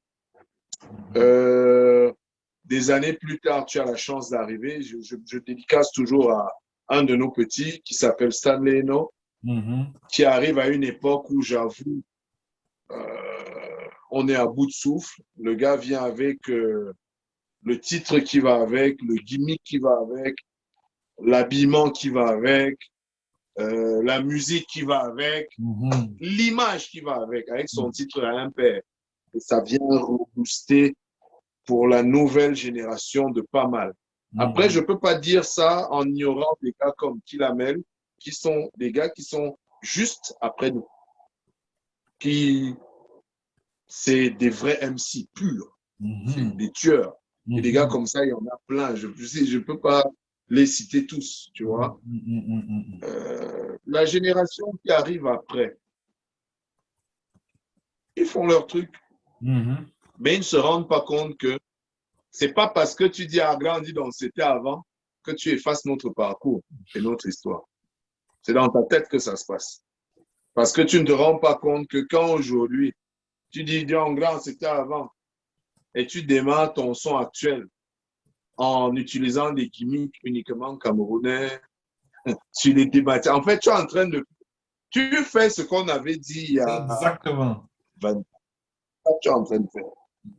Bon, maintenant, si tu as l'impression que c'est toi qui crée ça, petit, quand on dit petit, on te regarde. Mais tu montes, tu descends, ta victoire, c'est la nôtre parce que on n'a jamais demandé aux gens d'être. C'est la vie qui a voulu que nous soyons là avant. Ouais, Pas nous. et puis surtout, il ne réalise même pas qu'il sera meilleur s'il laissait tomber cette arrogance-là et qu'il s'intéressait justement à savoir l'origine de ces gimmicks-là qu'il est en train de prendre. S'il saurait comment c'est arrivé à ces aînés, De ce qu'il est en train de il faire. serait meilleur rappeur. Il sera meilleur. Voilà. Après, ça devient plus compliqué parce que tu en as d'autres qui sont totalement acculturés. C'est-à-dire, ils ne savent même pas que le hip-hop, à la base, c'est une culture. C'est un mouvement, c'est un état d'esprit qui ne se limite pas à ce qu'ils voient sur les médias et les réseaux sociaux. Ça n'a rien à voir. C'est un ensemble qui ne se sépare, c'est-à-dire indivisible. C'est pour ça qu'il y a une expression que les Américains ont sortie et ça m'a fait sourire. Parce qu'ils ont dit quoi? Hip-hop is the new pop. Et j'ai vu une interview d'Akhenaton il y a 2 mois. Oui, on lui posait les mêmes questions. Et j'ai adoré sa réponse. Il a dit The new hip-hop is hip-hop is the new pop. The hip-hop right is the new pop. Is the new pop. The new pop. Not the old hip-hop. C'est les gars aujourd'hui sont comme les gars qui auraient fait le top 50. Si tu vois, à l'époque, là, en France, il y avait un classement des chansons populaires. Exactement. Voilà, c'est le rap, le hip-hop que moi je vois, c'est un recueil de chansons populaires. C'est ça. Voilà. C'est ça. Mais, c'est ça. Et ça, c'est ce qui arrive quand on commence à avoir une scène qui interpelle au-delà et qu'une espèce d'industrie commence à pointer son nez à l'horizon. Tu sais que c'est inévitable. Il y aura toujours une différence entre NTM et Benny B. Tout à fait. Maintenant, tu viendras et si un gars va te dire que Benny B, je vais te dire que oula. Ouais, on ne parle pas des mêmes choses. Je vais me lever, c'est partir. Tu comprends ce que je veux dire? Tout à fait. Donc, il y a cette réalité-là du petit qui n'en a rien à foutre de l'histoire. Il ne veut même pas savoir ce que c'est que le hip-hop. Puis, c'est un truc qu'il quitte. Donc, il a vu que pour faire ça, d'abord, il doit avoir le plus beau tatouage. Exactement. Ouais, en fait, les gars sont dans... C'est une bulle. Ils sont dans un truc. Et voilà, avec son laptop, il a réussi à avoir une petite carte son, il capte un signal. L'autotune à fond, et c'est voilà, bon. Il regarde des tutos sur YouTube, il te fait un son, ton réseau de potes pousse le truc via TikTok, machin, du jour au lendemain. Boum! Tu le vois, il est déjà là partout. Tu dis OK, c'est bien. Parfois, la vibe peut être bonne. Ouais. Mais derrière, tu as envie de lui rappeler que, gars, ce truc, tu vois, c'est un métier. Et ce qu'il faut penser, envisager, c'est une carrière. Tu ne peux pas faire des hits à chaque sortie. C'est impossible. Tu ne peux pas. Il y aura des sons que tu vas faire qui seront hyper bons, d'autres seront moins bons, certains seront nuls. Donc, c'est ça la carrière, c'est ça, Mhm. c'est comme ça. Mhm. C'est pour tout le monde. C'est ça. Donc, ça, c'est ce que je peux dire par rapport aux jeunes de maintenant. OK. Et s'ils ne s'intéressent pas à comment fonctionne réellement l'industrie, ils vont s'en mordre les doigts parce que ça reste une industrie et derrière, tu as des gens qui sont là pour se faire de l'argent. Point barre. Il n'y a aucune émotion derrière. Tout à fait. Tout à Et fait. si la seule chose qui t'intéresse entre-temps, c'est la Starmania, ben, tu te casses les dents à coup sûr. C'est inévitable. Tout à fait. Bon, voilà. OK. Tu as de ça. Ta deuxième question, voilà. Oui, Ta voilà. Donc, deuxième question, j'ai envie qu'on aborde maintenant en fait, tes projets, hein, les projets qui vont sortir, ce que tu as ah d'accord. prévu, voilà. Parce que je pense que beaucoup de Ouais, gens attendent ça, en fait. d'accord. Alors, si tu veux, depuis l'époque, j'ai à peu près, bon, premier album 2003, Vert ou Jaune, maxi, single annonçant la sortie de la BO de No Life en 2007. Finalement, la BO de No Life ne sort qu'en 2011. 2014, 2015, Cœur de Lion, Peau de Panthère, volume 1 et 2. 2016, 2000, en 2015, 17, 18, je crois, volume 3 et 4. Et là, depuis, j'ai bouclé la plupart des artistes que j'ai signés sous le label Dabot. Depuis Mhm. 2007, j'ai bouclé les projets de plein d'entre eux. Et on a commencé à travailler sur l'ouverture du label, donc recruter un directeur général pour que je souffle un peu de ce côté-là. Mhm. Justement, Mhm. les jeunes qui maîtrisent mieux le mainstream dont on vient de parler. Il vaut mieux que ce soit... Peut-être nous, on ne sait pas. C'est bizarre, on ne sait pas, mais on nous appelle quand même quand il faut animer des séminaires. Donc, comme ils savent, j'ai recruté un jeune directeur général qui est d'ailleurs hyper brillant, qu'on appelle le Rufa. Mhm. Il est en train d'organiser la structure à son rythme. OK. C'est le directeur général. Tu vois, je suis comme ça, là. Bah, J'ouvre ma bouche quand on me dit qu'est-ce tu que as tu passé la penses? casquette, hein? Ah, Tu as passé la casquette. voilà. Bon. Ah, OK. voilà.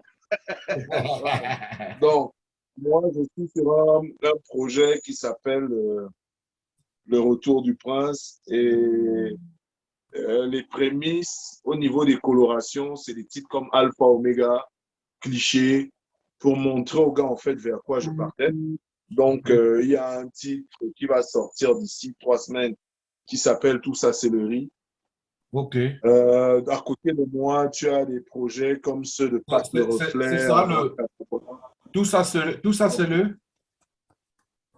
Tout ça, c'est le riz. Le riz, le riz, le riz, le riz, le Ah, riz, d'accord, tout ça, c'est le riz. le riz. Et ce sera Tout le. ça, c'est le riz. D'accord, ce sera le C'est premier titre de l'album, Le mon Retour. prochain titre. C'est le premier? Non, les premiers titres ont commencé à sortir. Ah, OK, Si d'accord. tu cherches, si tu cherches un titre comme Alpha Omega de Crotal, c'est le premier titre de cet album qui est sorti. Ah, les Tu sais premiers que titres. maintenant, on nous a ramené au single. On va faire. Les gens n'écoutent plus les albums. Il y a D'accord, un titre. Donc voilà. Avec d'accord. l'avènement du Covid, nous a stoppé complètement. OK, Donc là, je continue. Le prochain titre, c'est Tout ça, c'est le riz. Embouteillage. Il y a plein de. Ça, c'est sur mon projet, mon truc musical personnel. d'accord. Maintenant, à côté de ça, j'ai des musiciens d'Ikutsi, toujours le vieux funky. J'ai des musiciens ethno-jazz comme Cyril Kono. J'ai plein de gars que je produis et D'accord. dont les projets sont totalement aboutis et qu'il faut sortir. Et derrière, il y a d'autres activités que je mène en tant que président, par exemple, du syndicat national des acteurs des musiques urbaines du Cameroun, OK. où on essaye de défendre tant bien que mal l'intégrité de nos membres. Mhm. Et après, j'officie aussi en tant qu'administrateur à la Société camerounaise de droit voisin. Hmm. Depuis sa création, on est actif, on fait beaucoup de choses. Derrière, je t'ai cité tous les labels dont je suis à la tête. Il y a Ndabo Production, il y a Kingston Records, il y a Fatherland Records. Ok. Voilà, on travaille. Très bien. Très bien. Est-ce que pour finir, Donc, nous sommes en train de mettre sur pied. est-ce Vas-y. que tu as un site internet ou est-ce que tu as des réseaux privilégiés pour Oui, les oui, gens bien qui sûr. ont Ndabo Est-ce que tu peux me donner là, Production, s'il te plaît? bien sûr, ndaboproduction.com. Maintenant, en termes de distrib, la plupart des produits se trouvent sur toutes les plateformes de téléchargement légales existantes. D'accord. Très bien. Maintenant, là, j'ai la prétention de devenir un agrégateur et non pas de travailler pour un agrégateur. Ok. C'est parce qu'on s'est rendu compte qu'on y va et on se comprend. Je ne suis pas un esclave de. Indépendance. Je vais avoir soit une boîte. Indépendance. Tcha, tcha. C'est ça même. Ouais. Tout ça, ça me saoule, ça me fatigue. C'est ça. C'est ça. Ouais, c'est ça. Non, chacun mène ses combats. Même si à côté de moi, j'ai des petits à moi qui sont éditeurs, qui travaillent pour eux, ça les regarde. Mais eux-mêmes, ils te le diront, non, le grand, là, lui, il est fou. Pendant que nous, on bosse pour les autres, lui, il vient, il s'assied, il dit que moi, je vais créer une boîte qui va avaler la vôtre. Mais ouais. Faut bien que parmi nous, il y ait des gens qui le leur disent. Tout à fait. Ouais. Ok. Donc voilà, en gros, c'est ça. Bah, écoute, mon frère Kotal, franchement, je pense que je ne saurais comment, à quel point je te remercie vraiment pour cet honneur que tu as fait à Meduti TV de participer à ce Hip Hop History spécial Cameroun. Je pense que tu es le meilleur représentant, on va dire, en tout cas la meilleure personne à qui on pouvait se référer justement pour parler, pour présenter à tout le monde entier, parce que justement cet échange, on a tous les principes de hip-hop history, on a l'intention de les diffuser dans le monde entier, donc de sous-titrer tout ça en anglais, justement pour que même les gens aux États-Unis, hein, que je connais, je suis en rapport avec des personnes, eh bien, ils vont réaliser que, en fait, eux-mêmes, ils ne réalisent même pas à quel point ce qu'ils ont créé chez eux a influencé dans le monde entier. En fait, ils ne réalisent pas. Mais bref, en tout cas, ouais, bien sûr. Voilà. Ils vont voir que, en fait, que cette puissance-là, elle a bien fait de rentrer en Afrique. C'est le retour, le back to Africa. Le hip-hop est une force africaine qui est rentrée en Afrique. Et donc, quand elle rentre en Afrique, eh bien, elle se régénère encore plus. Donc, le hip-hop historique Cameroun, Gabon, Côte d'Ivoire. Voilà. C'est ça, en fait. Donc, en tout cas, merci, mon frère, pour cette interview. Donc, si tu as un dernier mot... C'est moi qui te remercie. Je vous remercie tous. Je te laisse un dernier mot et voilà, comme ça. Ben, écoute, alors, qu'est-ce que je vais dire à tous mes frères? Voilà. Donc, par rapport à l'aventure dans le hip-hop, je pense que c'est une des plus belles et une des plus grandes aventures que j'ai vécues et que je continue de vivre aujourd'hui. D'ailleurs, dans un titre, je fais un clin d'œil à Samouri de OAN. Le hip-hop n'est pas une mode, c'est mon mode de vie. Pour tous ceux que ça intéresse de devenir musicien, il faut savoir que c'est des corps de métier avec des règles, des codes de fonctionnement. Et quand tu as la prétention de faire quelque chose, fais bien attention à avoir pris soin d'apprendre les arcanes du métier que tu as la prétention d'exercer. C'est ça. C'est ça même. Comme disait... Donc, vas-y. Tu m'entends? Tu n'avais pas fini? Je t'entends. Voilà. Donc, ce que je dirais, c'est espérance, persévérance, endurance, travail. Bassé. En tout cas, comme disait Antoine, Voilà. rap is something you do. Hip-hop is something you live. Voilà. Oui. You are not just doing hip-hop, you are hip-hop. C'est ça même. En tout cas, merci mon frère Kotal.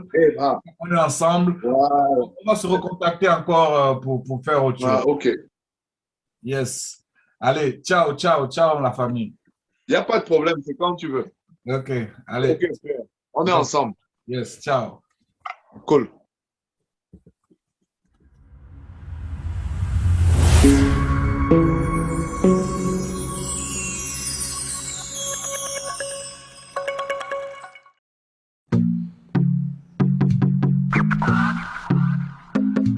Kamelune,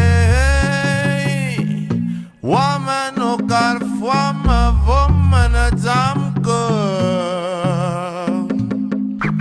O karfwama fanga.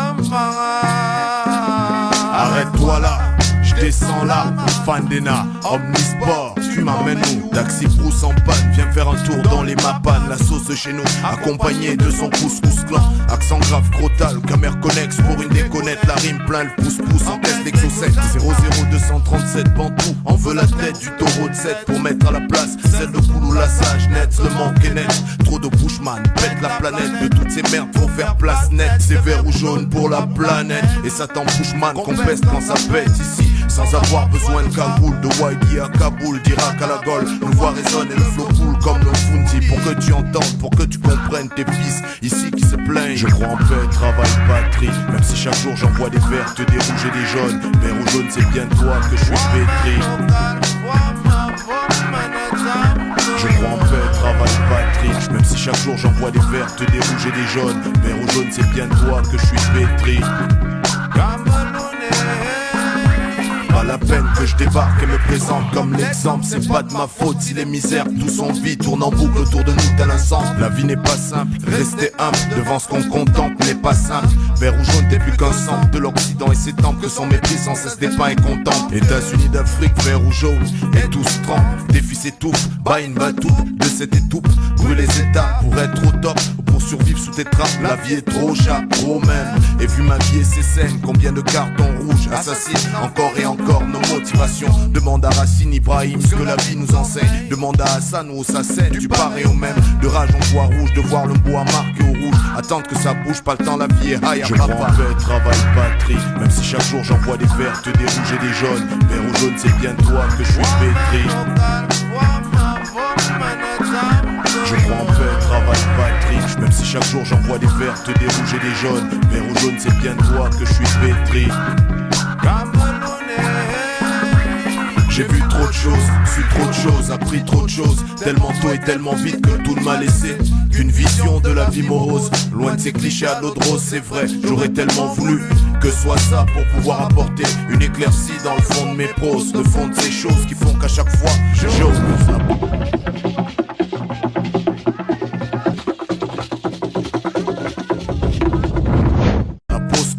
Jamais pour quand dans le fond de ma course ce que je vois heurte mes mœurs à haute dose. On souhaite que j'appose de rose pose quand l'injustice m'ankylose. Le boa a fait de moi ce que je suis, personne ne m'épère mais qui se déroge. À mesure que son système j'interroge, il me répond que je loge. Lance love depuis le one love, mais plus j'évolue j'ai l'impression de voir disparaître le saut de l'unité.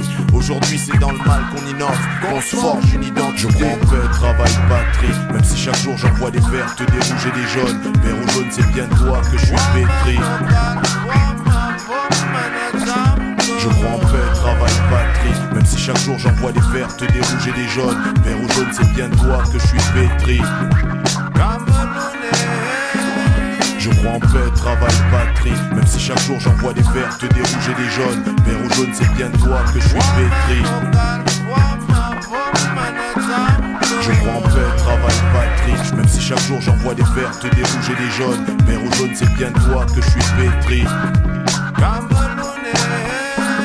Je crois en paix, travail, patrie, même si chaque jour j'envoie des vertes, des rouges et des jaunes. Vert ou jaune c'est bien toi que je suis pétri. Je crois en paix, travail, patrie, même si chaque jour j'envoie des vertes, des rouges et des jaunes. Vert ou jaune, c'est bien toi que je suis pétri.